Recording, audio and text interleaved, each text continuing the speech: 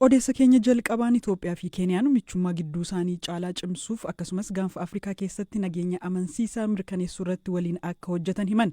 Pireezidaantiin Keeniyaa Wiiliyaam Ruutoo wayita daawwannaa Finfinnee turanitti ministeera muummee Itoophiyaa Abiyyi Ahmed waliin mari'ataniiru. Hamzaa Hussein. Ministeerri muummee Itoophiyaa Abiyyi Ahmed har'a daawwannaa hojii guyyaa tokkoof Finfinnee akka turan pireezidaantii Keeniyaa Wiiliyaam Ruutoo waliin marii tarsimaawaa taasisuu miidiyaa hawaasaa isaanii irratti ibsaniiru.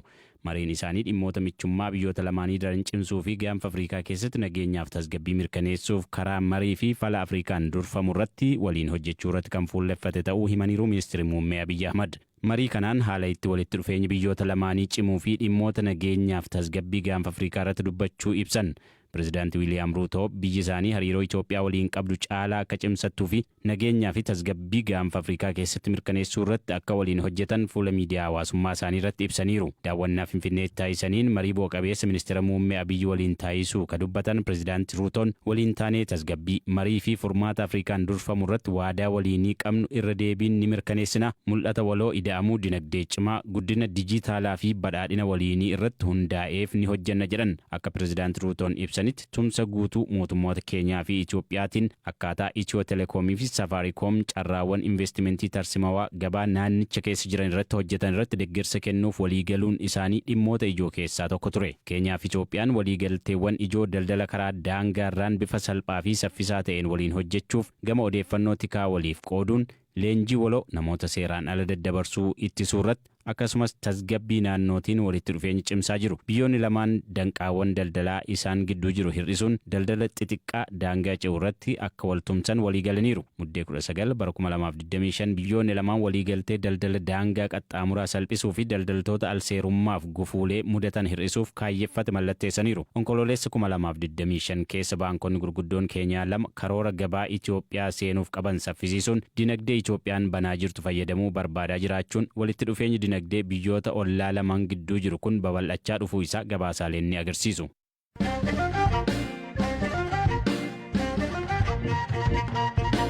Tibbanaa hidhattoota wabootii kan jedhaman 200 ol tahan godina Wallaggaa Bahaa aanaalee Giddaa Ayyaanaa fi Kiiramuu keessa socho'aa turan mootummaatti harka kennachuun himameera. Jiraattonni aanaalee kanneenii hidhattoonni kunneen galuu isaaniitti gammadanii garuu dararaa namoota nagaa irra geessisaa turaniif lubbuu namoota nagaa galaafataa turaniif itti nuu gaafatamuu qabu jedhan.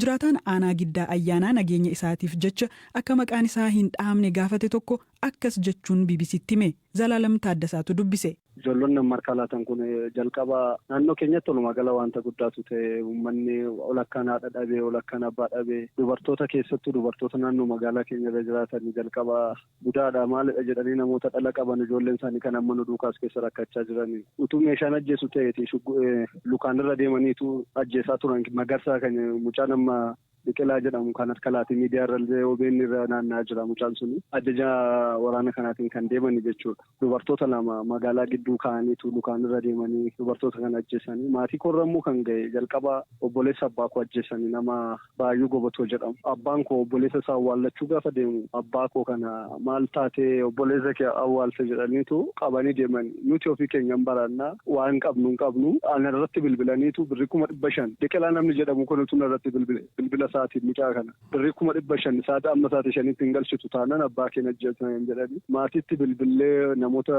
naannoo kakkadhannee sira kakkadhanneetu birrii 150 akkaawuntii isaan irratti ergine baafamee dhaqamee sayyoo akkaawuntii irra hin galchina nama haati koo aanarra dhattee baastee laga guyyaa tokko adeemaa ooltee dhaqatti birrii kanatti laattee ergachi galee deebi'ee immoo torbee lama booddee ammas obboleessa isaa Dachaasaa Gobatoo nama jedhamu ajjeesanii ammeenya isaarra teessee taa'atee qaama mootummaatti odeeffannoo laattaa shakkina jedhaniitu ajjeesanii lammata irratti immoo faazariin koo asumayyuu galee nagaadhaan jiraate jennee birriyyuu kaffallee reebamee miidhamee Finfinneetti dhufee xiqqoo yaalamee galee gaafa niqeetti deebi'u abbaa koo kana fuudhanii deema ganama mana waamee ammayyuu Abdiisaa namni jedhamu ammallee nama lubbuutiin jiru naannoo keenya lataa naannoo keenya nama ta'e nama kana irra deebi'aniitu waamsisee dhaqee mana baasisiisee anaan immoo mana raqee taa'eetu dawwala ijoollee guddeenyoo tokkotti hima guyyaa lama booddeen argita abbaa kee waan abbaan kee ta'u Ani bilbileellee faazarii koo jechuuf neetworkiin hin hojjetu lafa isaan itti ba'anii bilbilan sana inni hin beeku abbaa keenya ajjeesna jedhee kan natti fakkaatu ture ammayyuu nama jedhamu ammallee numa jira waraana kana duukaa haaramee galee inni kun immoo biqilaan fa'aa immoo feesbuukii waliin illee firendii turre feesbuukii koo kana ilaalee galgala dhaqee abbaa kootiin ajjeesetu bilook na godha isa duree waan nu godhe eenyutu ajjeesee faazarii koo jedhee gaafan guyyaa lama booddee san gaafadhu biqilaa eeban jedhama biqilaa moosisaadha abbaansaa.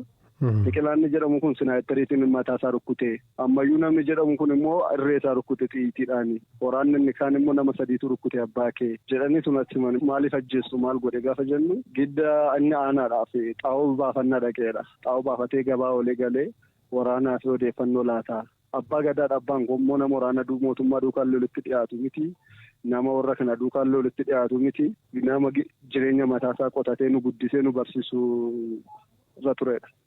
Akkasitti abbaa dhabnee har'a lullee jooraa jirra yoo dhugaa maqaamni kana gaafatu jiraate utuu seeratti nu dhiyaatanii nu gaafatamanii nummoo har'a dhufnee gaafa isaan abbaa koo ajjeesanii nuun joorree katamaa namaaf ergamnee madaabaraa baannee jiraachaa jirra waardiyyaa isaanii baarree namaa eegnee jiraachaa jirra dur namni namaa geenye har'a gaafa isaan dhufanii nu biraan hoogganaa ta'anii wayin immoo siltaan argatanii abbaa koo ajjeesanii dhufanii asii nu ajajanii nuti akkamitti jiraanna nuuf maal yaade mootummaan nu gaafatu yoo jiraate nu gaafadha. Qaamni kana nu gaafachuu danda'u jira yoo ta'e. Abbaan kee kun yoomidha kan isaan ajjeesan?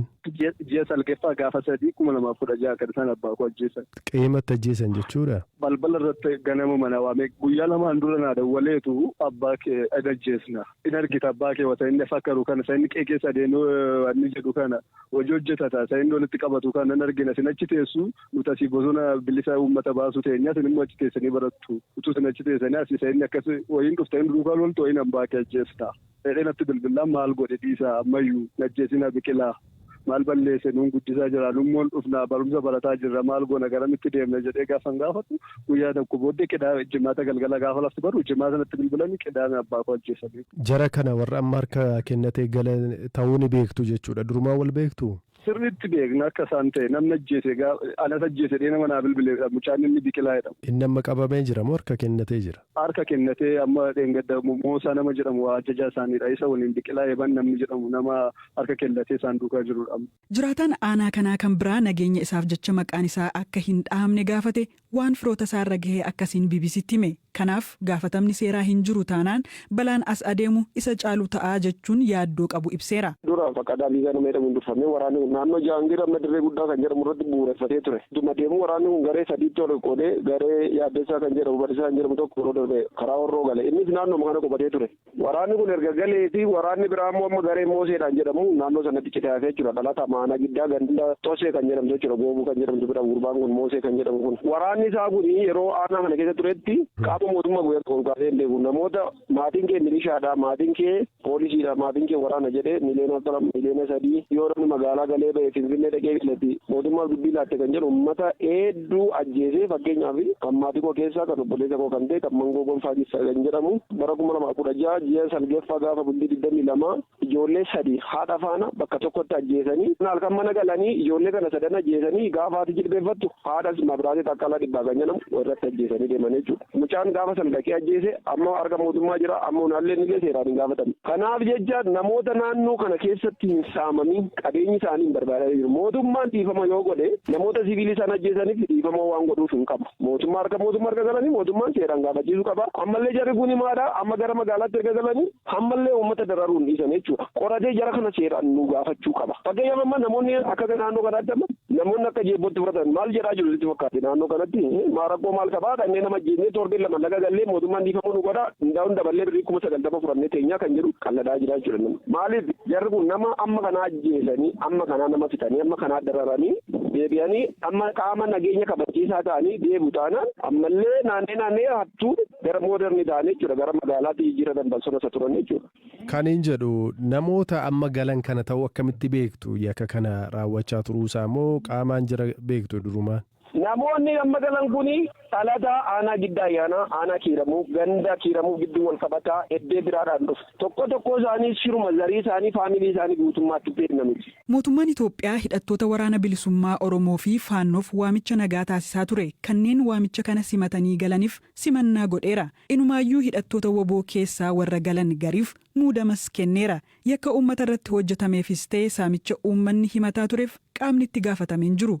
Garuu mootummaan Itoophiyaa ulaagaa seeraa kamiin dhiifama taasisaa jira? Nama akkamiitu dhiifama argachuu qaba? UN keessa ogummaa seeraan waggoota 40tti siqaniif tajaajilaa kan turan obbo Waaqoyyaa Baay'isaa dhimma kanarratti seerri maal akka jedhu Zalaalam Taaddasaatti himaniiru. Farra warri harka kennanii mootummaatti galan kuni mootummaan afaaniin amnestii kennee jira hin danda'u. Mootummaan amnestii kennuu hin danda'u. Warri nama ajjeesan, nama gudeedan kun, nama miidhan kun karaa mootummaas haa ta'u, karaa warra hojjetan warri mirga namaa miidhan kun yoomiyyuu itti gaafatamuu qabu. Harka kenneera kun nagaan galachuun nagaadhaan lola dhaabde malee yakka hojjette irraa firiis hin godhu. Sabnis sitti ka'ee sitti gungumuu danda'a, ragaa sitti ba'uu danda'a. Waan ati gootu warri dubartiin yakkamte maal kun hundumtuu dokumentuun sassaabamee warra kana hojjete heerri yoomiyyuu taanaan si gaafata. Isuma lolusa qawwee qabatee si loluuf illee kana itti gochuu hin dandeessu. Erga harka kennee harka kutuu, gurra kutuu, miila kutuu hin dandeessu. Dhala namaati mirgi isaa eegamaadha yeroo hundaa. Fuutee akka gootanii barsiisaniiti namni kana qeerroo dhaqu. Hankeenya marakkinni isaa karaa mootummaas karaa warra bosona dhaquus barumsa kana hin qaban. Mootummaan amma qaama siyaasaati miti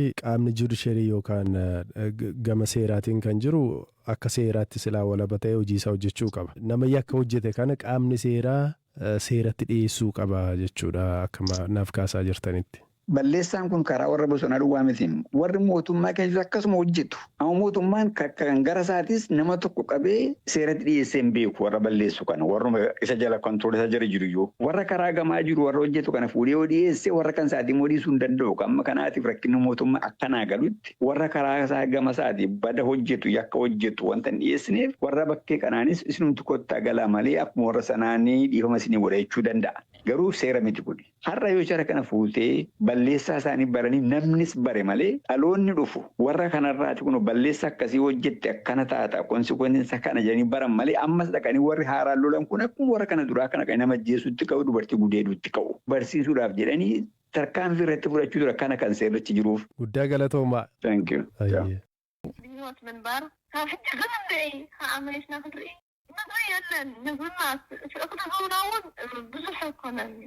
Rakkoon guddaan qabnu waan nyaata jedhan tokko hin jiru. Midhaan nuu kennaniilleen waan ta'uu miti. Midhaan jijaan darban nuu kennan waanum nyaata jettuuyyuu miti. Asitti namuu beelan marrimaan isaa walitti maxxanee jira. Isumnutti darbatan sanaayyuu namni garii hin argatu. Mishingaan nuu kennaniilleen hammaataa kosii baay'ee qaba. Dhiqameeyyuu midhaan ta'uu hin danda'u. Midhaanum hammaatee bad kanaallee ulfii manguddoon dubartiin olma baateeyyuu hin argatan. Qindeessaan buufata kanaa Qees Abrahaam Ar'ayaa baatii jahan darban keessa yoo xiqqaate namoonni 300 deeggarsa nyaataa hin arganne jedhan. Akka lakkoofsa Itoophiyaa erga bara 2014 namoota 330 awwaalleerraa jechuun qindeessaan kun ni himu. Haala amma jirus akkasiin ibsaniiru. Namni ija jahaaf midhaan hin arganne jira. Yoo argates kiiloo 1 yookaan 2 caalu. Midhaan dhufuus kan qulqullina hin qabnedha. Hantuutni illee midhaan kana nyaattu. Nuu birmadhaa jennee jennus kan nurraa owwaatu hin arganne. Mootummaan naannoo Tigraay naannicha keessa walumaa gala buqqaatonni miiliyoona 1 ol akka jiran ibseera. Hojii gaggeessaan gamtaa waldaalee siivikii Tigraay Dr. Kaaloo Walduu haalli hitsaas keessa jiru hagayya darbeerraa eegalee hammaachuu dubbataniiru. Buufata kanatti hanqinni nyaataa fi deeggarsaa ol'aanaa ta'ee jira jechuun himan. Naannoo Tigraayitti waraanni waggaa 3 dura adeemaa ture waliigaltee Piriitooriyaan dhaabbatus ammallee buqqaatonni 60,000 lakkaa'aman gara qe'ee isaanii deebi'uu hin dandeenye. Haalli keessa jiranis hammaataa ta'uu yeroo garaa garaatti gabaafamaa jira. Odeessa keenya umaan atileetiin Itoophiyaa si'eessituu fayyadamuun waggaa 3f adabamte. Fiigicha maaraatoonii fi walakkaa maaraatooniin kan beekamtu atileet Jamiilaa Warteessaa eenyu? Hamzaa Hussein. Atileetiksii addunyaan kan dhaabbate kutaan amanamummaa atileetiksii Athletics Integrity Unit AIU atileetii Itoophiyaa kan taate Jamiilaa Warteessaa waggoota 3f atileetiksii irraa ittisuusaa beeksiseera. Dhaabbatichi ibsa baaseen qaama atileetittii keessaa qorichi dhorkamu argameera yookiin fayyadamteetti jedheera. Atileet Jamiilaan dorgommii maraatoonii Goyaang ji'a waxabajjii darbe Chaayinaatti adeemsifame sa'aatii 2 daqiiqaa 36 sekondii 22 sadarkaa tokkoffaa qabachuun xumurte. Haa ta'u malee murtee AIU'n dabarse kanaan injifannoon isheen galmeessite kun akka haqamus himameera. Atileetii umurii waggaa 39 kataate Jamiilaa Warteessaa dorgommii maraatoonii Goyaang waxabajjii 15 bara 2025 Chaayinaatti adeemsifame irratti saamuda qorannoo qoricha si'eessituu akka laatte ibsi AIU hima. Haa ta'u malee adoolessa 21 2025 samuuda atileetittiin kennite keessa wanti eritiroopayitiin jedhamu akka argame laaboraatoorii qorannichi itti adeemsifamee beekseera. Wanti kun dandeettii oksijiinii baachuu dhiigaa kan guddisu yommuu ta'u dadhabbiis ni hir'isa. Haa ta'u malee waan kana fayyadamuun ejensii farra qoricha si'eessituu addunyaan dhorkaadha. Haala kanaan ji'a adoolessaa keessa atileetittiirra qoqqobbii yeroo kan kaa'e AIU'n atileet Jamiilaa Warteessaa dogoggora ishee amanteetti jechuun ibsa isaa keessatti eereera. Atileetittiin ergaa ergiteefiin qorichichi vaayitaaminii itti fakkaatee akka fudhatte namni itti gurgures vaayitaaminii miidhaa hin qabne akka ta'e eeruun akka itti gurguree fi boodarra garuu wantichi seera farra qoricha si'eessituun kan dhorkame ta'uusaa akka barte himuu ishee AIU'n ibsa isaatiin himeera. Dabalataan ogeessa fayyaa yookiin ispoortii osoo hin mariisin fudhachuun ishee dogoggora ta'uusaa fi wanticha fayyadamuu isheetti itti gaafatamummaa guutuu akka fudhattu ergaa iimeeliin himuun ishees ibsameera. Haaluma kanaan balleessaan atileetittii waggaa 4f dorgommiirraa akka ittifamtu kan taasisu akka ta'e ka hime AIU'n atileetittiin balleessaa ishee daftee waan amantee fi adabbii irra kaayame waan fudhatteef adabbichi waggaa tokkoon akka hir'ateef beeksiseera. Bu'uura kanaan atileet Jamiilaa Warteessaa adoolessa 31 2025 irraa eegalee waggoota 3f dorgommiilee atileetiksii irraa akka ittifamtu murteesseera. Atileet Jamiilaa Warteessaa waggoota 15 oliif dorgommiilee maraatoonii fi walakkaa maraatoonii garaagaraa irratti dorgomuun injifachuun cinatti sadarkaa qabachuun xumuraa turteetti.